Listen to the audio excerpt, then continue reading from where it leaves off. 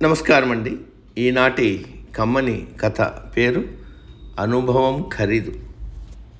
వినిపిస్తున్నది మీ విజయభాస్కర్. లక్షాధికారి అయిన పిసినారికి విపరీతమైన కడుపు నొప్పి వచ్చింది. అనేక మంది వైద్యులు వచ్చారు, చూశారు, మందులు ఇచ్చారు. కానీ నొప్పి పెరుగుతూనే ఉంది, కానీ తగ్గడం లేదు. పక్క ఊరిలో ఒక వైద్యుడు ఉన్నాడు. అతనికి ఎంతో అనుభవం ఉంది.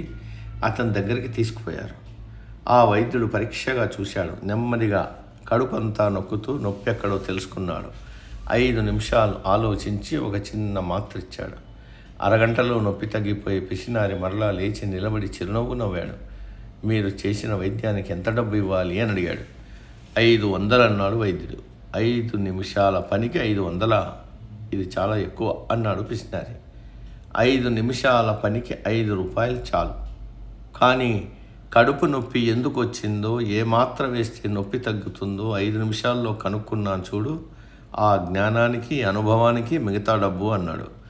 పిసినారి మాట్లాడకుండా సొమ్ము చెల్లించాడు.